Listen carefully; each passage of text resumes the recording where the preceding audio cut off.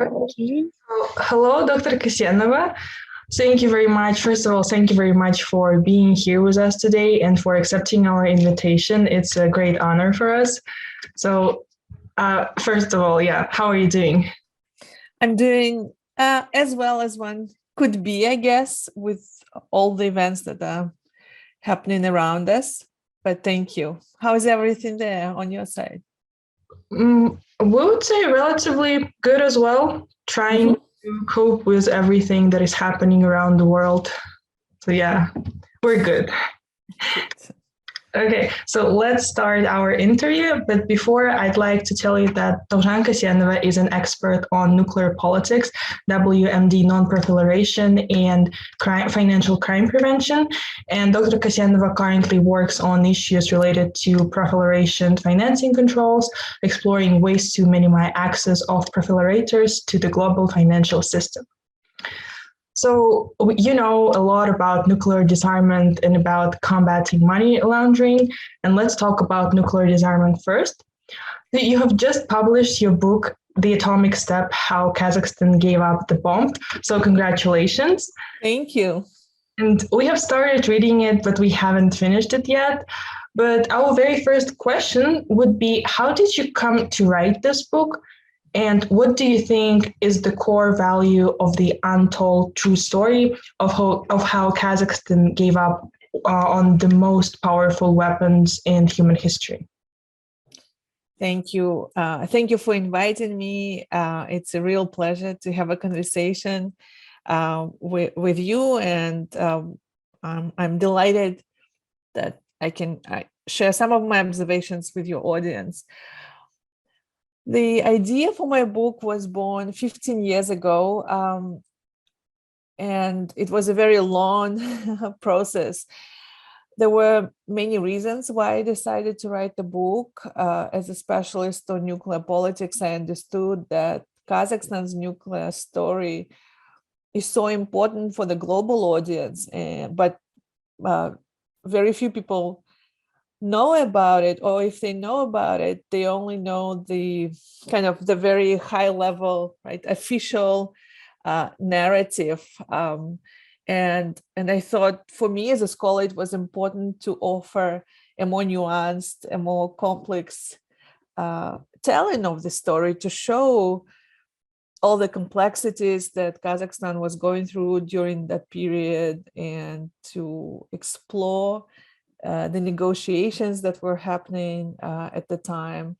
And so with that in mind, both for the global audience, but also as I was researching it, I understood that it's an important story for us too, for people of Kazakhstan, because inside our society, we are also not very aware of some of the details.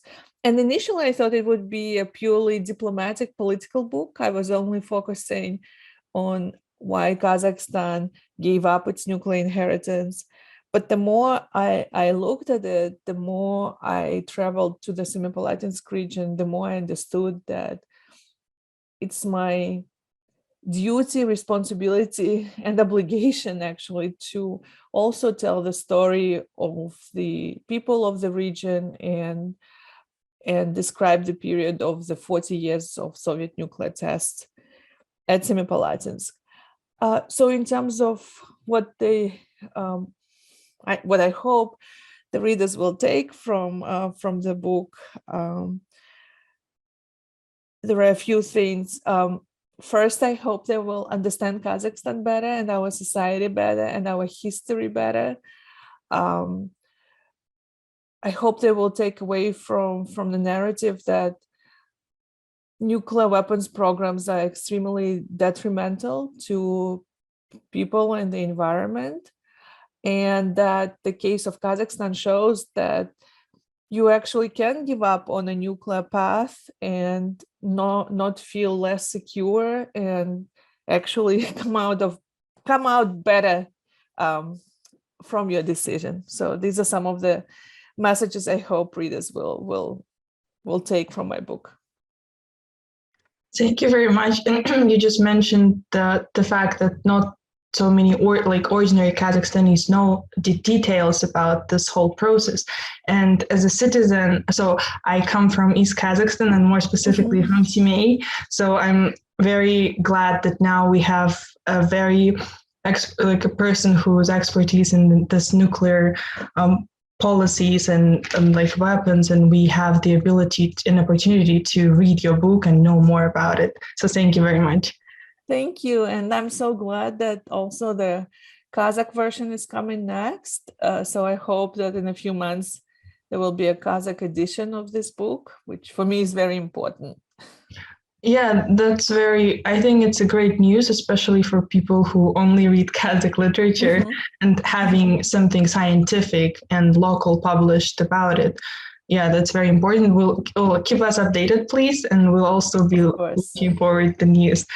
Okay, and as a follow-up question to the previous one, can you please sum up what lesson does the history of renunciation of the proliferation of weapons of mass destruction in Kazakhstan give to the rest of the world? As I touched upon briefly a bit earlier, I think Kazakhstan is just a fantastic case to show that all our assumptions that countries seek nuclear weapons because that makes them feel more secure. I think Kazakhstan kind of debunks it because for Kazakhstan, it was a strategic decision to give up not only the Soviet nuclear weapons that it had on its territory. And there is a distinction because I always try to explain that the weapons themselves, they were on Kazakh territory, but Kazakhstan didn't have access to command and control to them. But nonetheless, without Kazakhstan's decision, their fate, the Kazakhstan's decision was very important in terms of the fate of these weapons, whether they could be removed or not. But Kazakhstan had a lot of nuclear material and nuclear infrastructure. So if hypothetically Kazakh leadership decided that Kazakhstan needed a nuclear program, there was quite a bit available and in full control of Kazakhstan to be used. And so it's really interesting and laudable that Kazakhstan decided that actually, no, we don't need all of that. And they did it for strategic reasons because Kazakhstan just emerged from the Soviet Union. It was a newly independent country. And so they thought about how they wanted to present themselves to the world, right? Whether you come in on good terms as a responsible member that doesn't want to create concerns for the international community. And they made a conscious decision that they didn't want to be this state that is causing, that is undermining the norms. But also there were very practical reasons. Kazakhstan was in the state of a very severe social economic crisis in the early 90s. And it was so important for Kazakhstan to get access to foreign direct investment, for example, to get access to technology, to get access to international institutions. And so, for very practical and very wise reasons, the government also understood that if we would be trying to get into a nuclear club, all the doors would be closed. And so I think this is the fundamental lesson from Kazakhstan's case, is that you can make a conscious decision even when your geopolitical environment is so difficult, as you understand very well, right? That we face some very serious challenges, but very often nuclear weapons are not the answer in terms of meeting those challenges. And on the contrary, sometimes you can strengthen your security or your statehood or sovereignty through other means. And, I just want to draw a parallel with Ukraine, right? With everything that is happening. We're recording this interview when we're all observing what's happening in Ukraine. And there is a lot of uninformed discourse on Twitter. For example, people are saying, oh, if Ukraine kept nuclear weapons, maybe they wouldn't be in this situation. And my response to them is that similar to Kazakhstan, Ukraine didn't have full control of the weapons themselves. And similar to Kazakhstan, those were strategic nuclear weapons. So those that work on long distances, that have no practical military value in regional conflicts. But most importantly and most fundamentally, it would be a different Ukraine if back then Ukraine was trying to push its way to a nuclear club. It would be a different country, right? It would be a pariah state, and it wouldn't have all the support that it has now from the international community. So there is a lot here about, you know, what countries represent when they make this decision, when they make this conscious decision to not pursue nuclear programs. Yeah, thank you so much. And now we're naturally moving on to the global affairs, right? Discussing the war in Ukraine. What are you saying about the global nuclear disarmament? Is it possible, considering the current state of affairs, considering the war in Ukraine, for example? What kind of signals do states make now to the world? I must admit that, you know, it's really concerning it's concerning for so many reasons, but for me as someone who works on nuclear issues, I'm of course very worried about nuclear risks. But I think the main message that we should learn from this situation is that the current conflict has immensely high risks because there are 13,000 nuclear weapons present in this world, right? With 90% of them in the United States and Russia.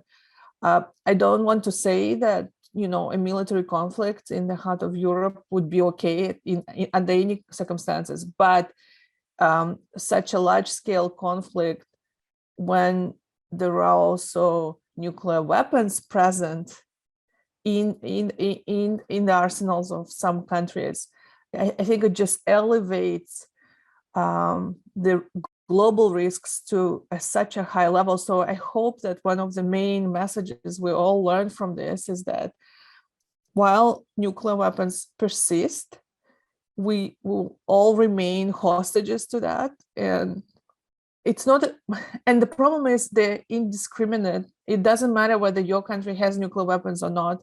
If there is a global nuclear war, that's it, basically, for all of us, right? And so I hope this will be the message that will be received, but we shall see. You know, in terms of prospects for disarmament, global disarmament, of course, you know, it's just so hard. And sometimes I'm asked, how can people even continue to work on something that appears so unachievable? But I want to counter this by saying that so many other hard problems were solved because people didn't give up. You know, for example, biological weapons were banned, chemical weapons were banned. Well, it's another issue about the enforcement, but just in as a matter of principle, I think the complexity of the problem shouldn't prevent people from trying to resolve it, right? And a couple of days ago, I was giving an interview to our Kazakhstani independent media, Vlast KZ, and we discussed all these issues. And I've made a point that frustration should be our frustration and loss of hope should be at the very bottom of what we should experience, right? That if every person in every category of activity will be doing their job correctly or trying to contribute, I think the process will be pushed towards the greater good and common goal. Yeah, for example, if you know, if you're a journalist, you can educate the public about nuclear risks, raise awareness. If you're in the parliament or you know, have or a diplomat, right? You can do it at the public policy level. As a scholar, I see it as my responsibility to do good quality scholarly work, right? For example, like publishing books like that. And so I don't want to say that global disarmament is coming tomorrow, will be easy, but we are moving in the right direction. And for those among your audience who are listening, I suggest if they have interest, that they check this new treaty. It's called Treaty on the Prohibition of Nuclear Weapons that went into force just last year. And that represents that the majority of countries, they're now really becoming active and pushing for the elimination of nuclear weapons. So let's not give up. Absolutely, I agree. Because also I think considering the current situation, we better stay optimistic about that. At least we should have some hope. But also, as we started talking about the availability of nuclear weapons in the US and in Russia, there's also North Korea, quite a threatening and concerning one. And in one of your interviews, you mentioned that the UN sanctions are very ineffective against North Korea. And I think currently they are quite ineffective against Russia as well. And in your opinion, what could make them more effective? What are the other ways that could kind of push states towards nuclear disarmament? So on North Korea is under the broadest UN sanctions regime. And if initially, when North Korea left the Nuclear Non-Proliferation Treaty, and the international community wanted to make sure that North Korea is not advancing its nuclear and missile program, the initial set of sanctions was very narrow. It was specifically, the prohibitions that were directly relevant to nuclear or missile industries. Just to give one example, that North Korea was prohibited from buying dual-use goods that could be used for these programs. And then, because North Korea kind of continued to do what it was not supposed to do, the UN broadened and broadened and broadened the sanctions regime. And so now we have prohibitions that have nothing to do with the weapons, but I'll explain why they're. For example, many people don't know, but under the UN sanctions, North Korea is prohibited from exporting statues. And one would think, what's wrong with statues, and what do they have to do with nuclear weapons? But apparently, it was one of North Korea's good streams of revenue to build statues in overseas, and so it means it was a good source of funding, part of which could be used in nuclear and missile programs. So that's why you now have all these prohibitions on what North Korea cannot sell and so on. So the regime is very broad, and there are many prohibitions, but North Korea still persists and evades sanctions. So it's not that the regime itself is ineffective. Like the way it's written, it's fine. It's just the implementation that suffers. And that happens for a number of reasons. First, North Korea is very good with deception techniques. So very often it's hard to tell that it's actually North Korea or North Korean agents who are behind transactions. They hide behind front companies, shell companies, false names, and so on. But also, if we are looking at the responsibility of all UN member states who are supposed to implement the sanctions, the problem there lies, I think, on two levels. First, in some countries, there is not enough political will to implement sanctions for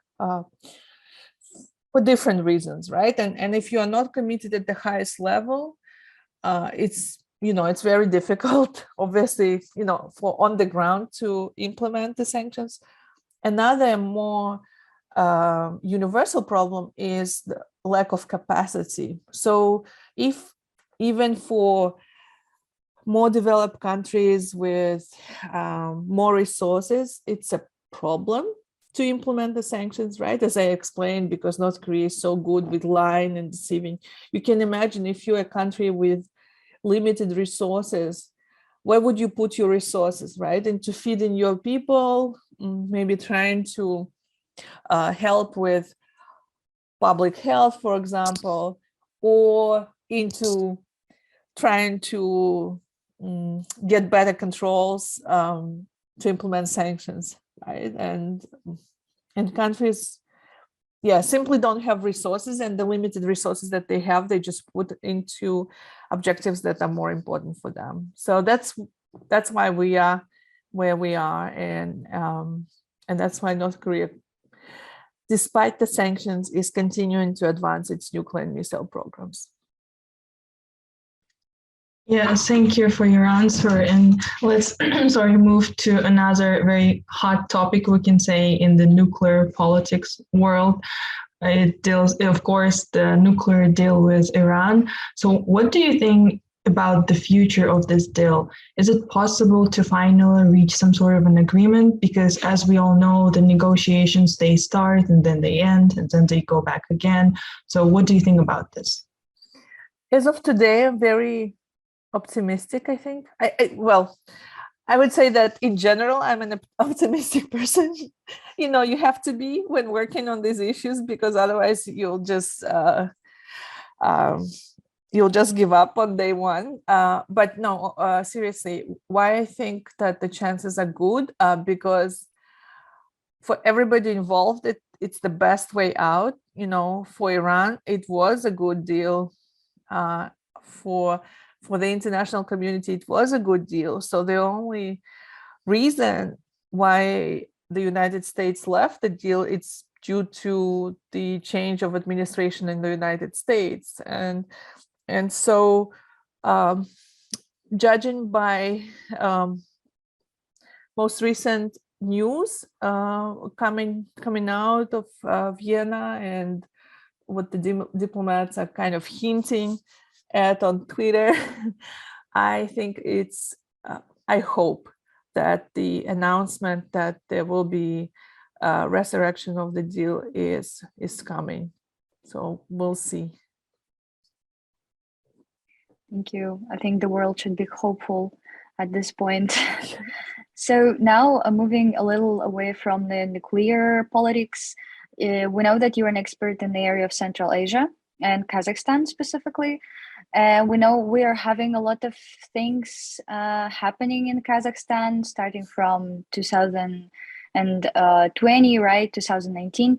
So how can you evaluate the processes of power transition in Kazakhstan and in the post-Soviet countries overall? This includes the Bloody January events, right? This includes the power transition from ex-president Nursultan Nazarbayev to Kassym-Jomart Tokayev. And what do you think about that? And do you think that those events pertain to the idea of a smooth or radical transition? And can they actually act as components of power transition overall? So first, as a responsible scholar, I should put a disclaimer that I'm not an expert on Kazakhstan or Central Asia in terms of domestic politics of Kazakhstan.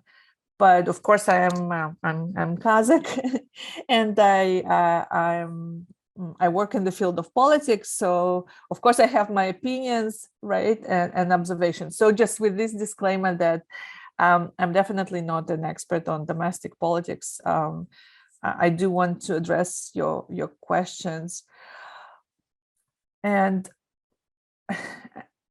I'll talk primarily about January, because I think it was so traumatic for all of us, right? And maybe partly right now we're overtaken a bit by Ukraine, but it's not a case of something. There was no closure, right? I don't feel that.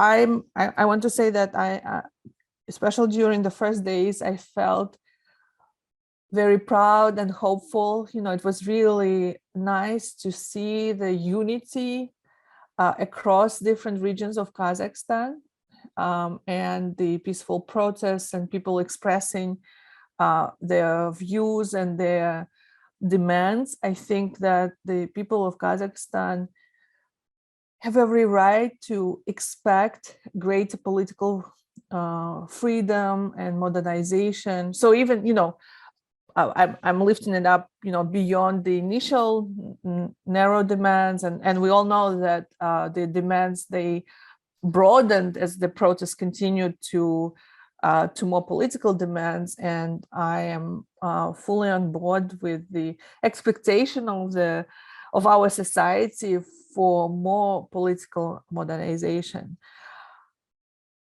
It's tragic beyond comprehension that the violent element was introduced into something that was so grassroots, right? And so wonderful in a way. And, I think, we obviously don't know the full details yet, but the way I see the situation is that, on the tail side of it, there was this introduction of completely unrelated violence that was connected more with the inter-elite, and and obviously I'm not even on the ground to know, but it just pains me so much what the cities, and especially my native city of Almaty, went through. And so I think what's needed now, for not even a closure, but for us as a society to move to the next step, we do need transparency on what actually happened, right? Because it's still kind of, it all looks like a mess, to be honest, right? We don't have a clear timeline, or we don't know, who started what shooting and when. And I think in order for the society to start healing, the first thing that we need to receive is honest information about what happened, who's responsible. And so, yeah, that's, I think, what we should expect and demand. I do want to say that the events also showed the resilience and the growing power of civil society in Kazakhstan. And it also showed that people have their voice.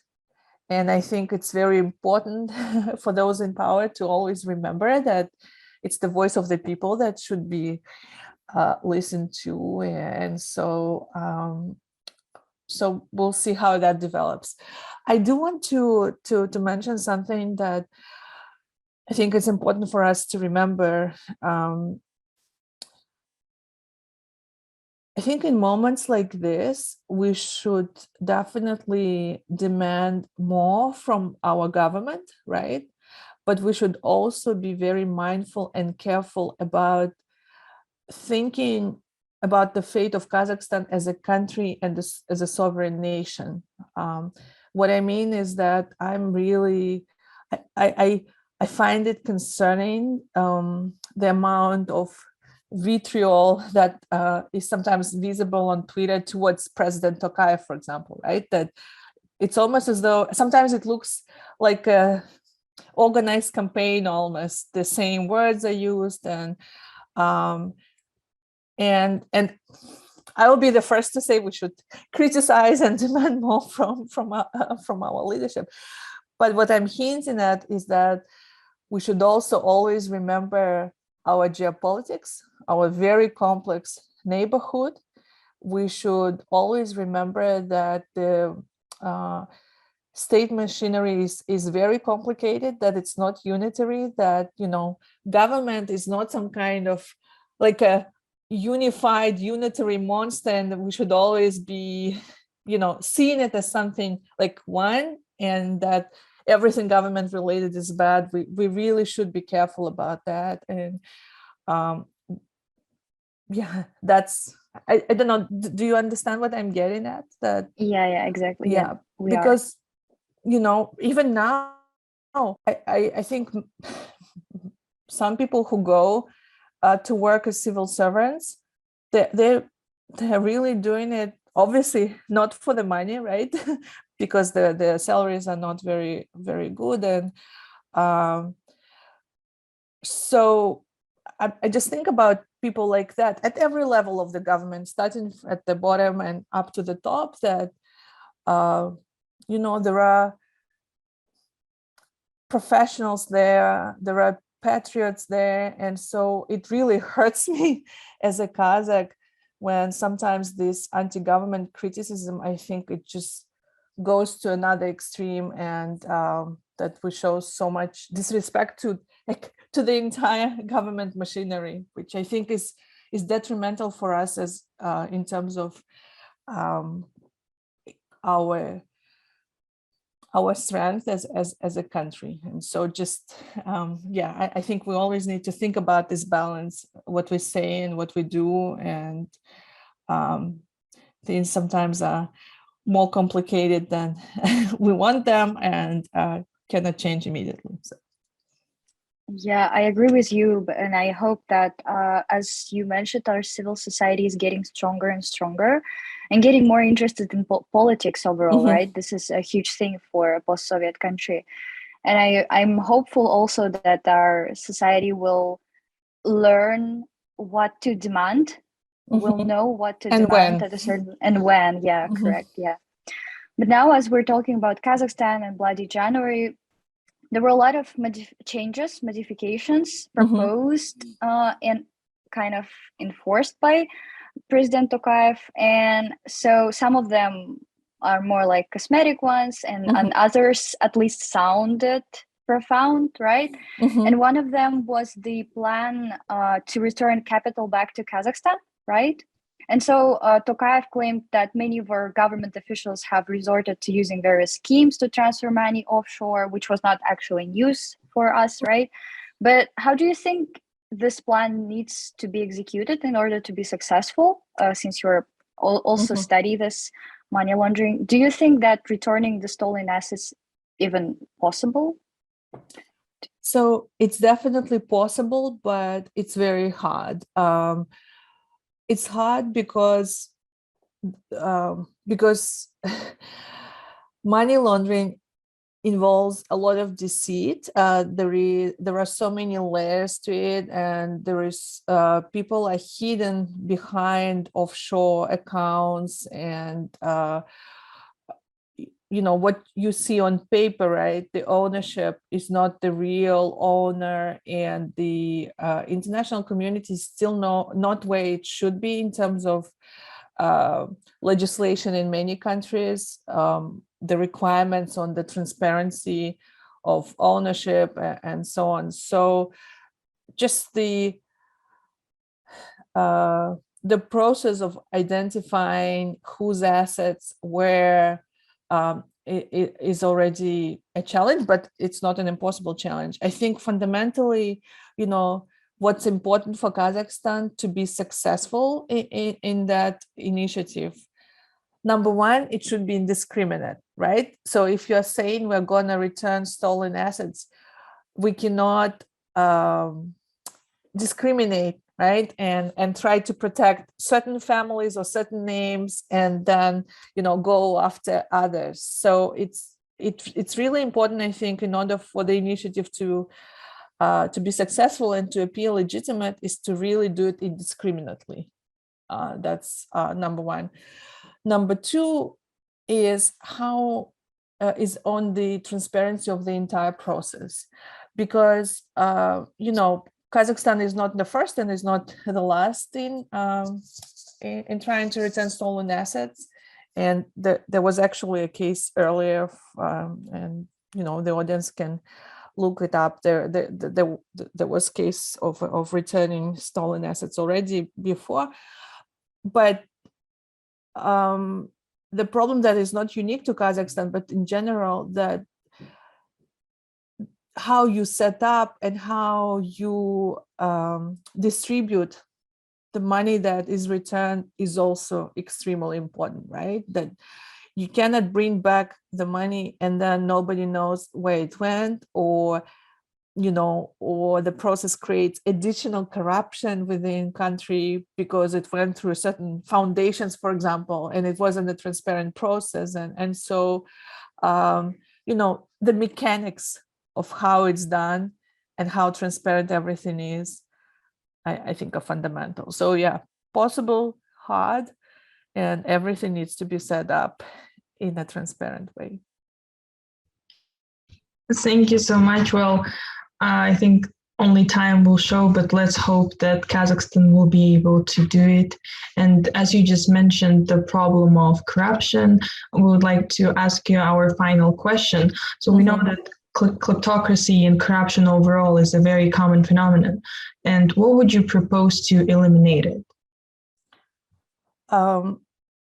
So, first I'll return to the point that I made earlier about transparency of ownership, and countries are really starting to understand, and the anti-corruption activists and scholars, they're pushing their governments to have legislation that would make this information more transparent. For example, requiring corporate entities to disclose the actual beneficiaries, right? So number one, it's so important for countries to have everything transparent in terms of who owns what. Number two, we really should look at intermediaries, at those who make money laundering possible.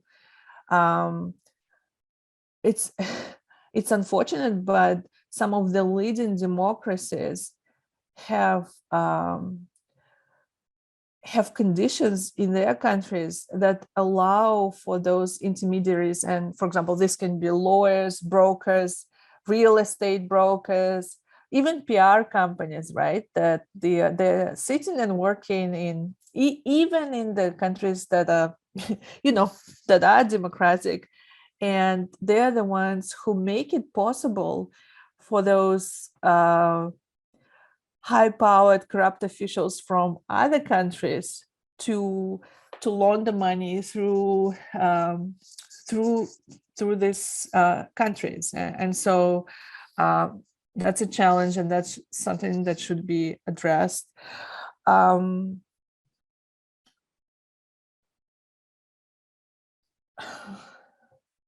Yeah, these are the ones that that I think are fundamental. Another important point for every country that truly wants to fight kleptocracy and corruption, the role of independent media and scholarship is very important, because we saw, right, over the last few years, what an important role independent investigative media has played. And so that's something that I think also is key to fighting kleptocracy and corruption. Yeah, thank you so much. I think these are so important points. But this was our last question. Do you have any last thoughts before we say goodbye? As I understand, your audience will be primarily students from Nazarbayev University. First of all, greetings to whoever is listening and watching us. I do hope that I'll visit your university in person, and there might also be a virtual book event, maybe in April after your spring break. So just as a little announcement for the future. And I wanted to close it by just sending a message to everybody who's watching that you are our future, and it's really amazing for me to meet young people from Kazakhstan, and I can really tell that it's a completely different generation, and it's so just inspiring, because your minds and your brains are different, and I mean it in a good way. And I just hope that you stay curious, and that you, staying curious and staying hopeful and doing your part. Thank you so much one more time. And we would be really happy to see you at our university. And of course, we would also be happy to attend the event related to your book. So please keep us updated, and we'll definitely support it and promote it among our students. And I think it because the topic is very actual and relevant to all of us, it's very important to know about it. So thank you very much. Thank you both. Thank you both. Yeah. Thank you very much. Yes, thank you.